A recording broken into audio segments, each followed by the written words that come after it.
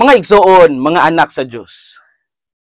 Karon nga panahon na sa modernong teknolohiya o agrikultura, makita nato nga ang pagpananom dili na basta-basta lang.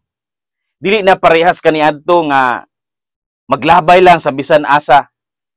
Karon ginapanuki-duki na ang klase sa yuta, gilantaw na ang klima, gitanaw ang gitunan ang abono o gi-assess ang potential nga ani sa matag tamnan nga yuta. Ang mga mag-uuma moagi og daghang proseso aron lang masiguro nga ang ilang binhi motubo sa tukmang dapit ug sa tukma nga panahon. Walay magsayang og binhi. Pananglitan, kung magtanom ta og mais sa batuon nga yuta, kabalo na ta nga kini dili mabuhi. Kung itanom nato ni sa kanang kilid sa karsada nga perming magian, binugo na kung buhato nato karon. Gani sa atong modernong panahon, ginapili ang pinakaangayan nga lugar aron mutubo ug mamunga ang mga itanom. Sa agrikultura karon dili na uso ang tanom bisag asa. Usa kini ka maayong pahinumdom nga ang binhi importante ug ang yuta dapat andam. Apan kung mubasa ta sa ebanghelyo karon, makita nato ang magpupugas, naglabay sa bisan asa, sa dalan, sa kabatuan, sa sagbutan, ug sa maayong yuta. Makapangutana ta, ngano man, sayang raman tao ning pugas oy. Sa panahon ni Jesus, natural ra nga ang binhi ilabay sa tanang dapit. Kay gigamit nila ang gitawag nga seed broadcast method nga ipanglabay ang binhi. Apan sa laing bahin sa espiritual nga panglantaw, mas laom ang gustong ipaabot ni Jesus. Ang binhi mao ang pulong sa Dios. Busa ang Ginoo walay pili. Ang tanang klase sa kasing-kasing iyang gipanglabayan sa iyang pulong. Ang pangutana, unsang klase nga yuta ang atong kasing-kasing karon? Aniya karon ang duha ka punto nga atong pamalandungan. Unang punto, ang pulong sa Dios gisabod sa tanan apan dili tanang kasing-kasing andam. Gingon sa atong ebanghelyo karon, as he was scattering the seed, some fell along the path and the birds came and ate it up. Matthew 13:4. Samtang naglabay siya sa binhi, may nangatagak sa daplin sa dalan ug gikaon kini sa mga langgam. Ang Ginoo walay gipili.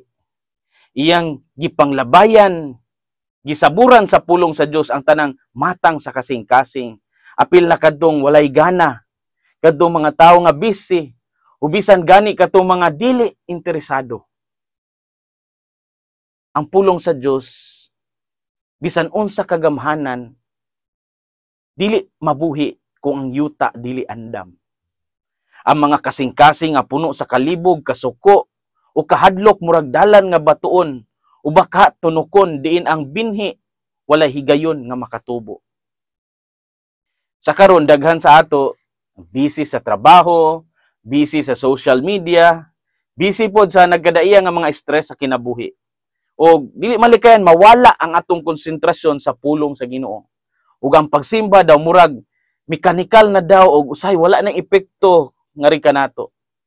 Dili tungod kay walay gahom ang pulong sa Dios, kundili wala ta naminaw og tinud-anay. Busa kinahanglan nga atong limpyuhan ang yuta sa atong kasing-kasing. Pinaagi sa pagampo, pinaagi sa pagkumpisal, pagpamati sa misa nga naay kasing-kasing, pagbasa sa Biblia, mahimo natong andamon ang yuta para nga ang binhi mutubo. Ang una nga lakang, paminawa og tinuod ang Ginoo. Ang pulong sa Dios gisabod sa tanan apan dili tanang kasing-kasing andam. Ikaduhang punto, ang kasing-kasing nga matinud-anon mao kadtong mahimong mabungahon. Giingon ni Hesus sa atong ebanghelyo karong adlaw, still other seed fell on good soil, where it produced a crop 160 or 30 times what was sown. Matthew 13:8. Ug may uban nga binhi nga nahulog sa maayong yuta, ug nitubo kini og nagdala og bunga usa ka gatos kan uman o katluan nga beses. Ang maayong yuta mao ang kasing-kasing nga maayo, mapailubon ug matinud-anon. Dili siya perpekto apan anda mutuman sa pulong sa Ginoo. Ang binhi mutubo kung kini amumahon, abunuhan og bantayan. Ingon ana sab ang atong spiritual nga kinabuhi. Ang pulong sa Ginoo mutubo sa ato kung kita magpadayon bisan pa sa mga kalisdanan. Dili pasabot nga pagkahuman nimo maminaw og misa, mausab na dayon imong kinabuhi. Dili pasabot nga pagkabasa nimo sa Biblia, karon buutan na dayon ka inig kaugma and forever. Kinahanglan og panahon, pasensya og pagkugi.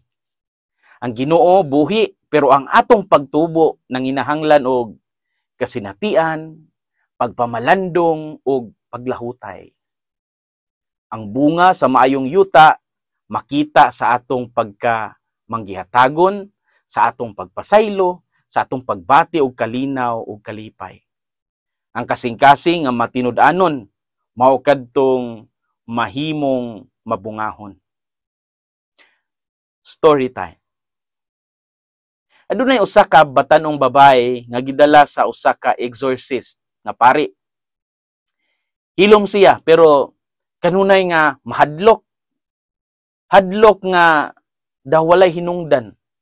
Ug dito sa interview na diskubrihan nga kaniadto siya adunay relasyon sa usa ka lalaki nga nagpractice sa occult ug witchcraft. Bisan bulag na sila, ang ilang emotional ug spiritual nga connection na bilin. Mo ni siya ang atong gitawag nga soul tie o bandage. Ang exorcist ningon nga kung naapay hikot sa imong kinabuhi nga wala nimo buhii, mga kahilayan, mga pagdumot, mga relasyon nga wala sa kabubuton sa Dios. Bisan pa makadungog ka sa misa o magbasa og Biblia, murag walay epekto. Ako ang usbon, kung naapay soul tie o bandage o hikot sa imong kinabuhi nga wala nimo buhii, mga kahilayan, mga pagdumot, mga relasyon nga wala sa kabubuton sa Dios. Bisan pa makadungog ka sa misa o magbasa kag Biblia, murag walay epekto. Ang espiritu nga nagband nimo nagpabilin. Gipahigayon ang deliverance prayer, of course, ang confession o pagbuhat og renunciation. Ug human sa pila ka adlaw, gibati niya ang kalinaw nga wala niya na sinati sa dugay nga panahon. Nakita sa exorcist nga sa dihang nahinluan ang yuta sa iyang kasing-kasing. Na-renounce niya kadtong mga occult practices. Didto pa napadayon og tanom ang pulong sa Dios. Mga igsoon, mga anak sa Dios, kitang tanan gitawag sa pagtuo nga mahimong malampuson. Dili igo nga madungog nato ang pulong, kundili atong tugutan nga kini mutubo usab sulod sa atong kasing-kasing. Ang bunga sa atong pagpamati dili makita dayon, pero kun pagmatinumanon ta, ang bunga niini mahimong milagro. Dili lamang sa atong kinabuhi, kundili alang usab sa uban. Ang Ginoo, sa Ginoo, walay binhi nga masayang kung andam ang yuta sa atong kasing-kasing. Hinaot nga ang kasing-kasing ni Kristo maghari sa atong mga kasing-kasing. Kini si Father Felmar Castrodes, Fiel SVD, ang inyong magsisibya sa maayong balita. Hinumdumi ang kinabuhing Kristiyano, kinabuhi sa pagserbisyo.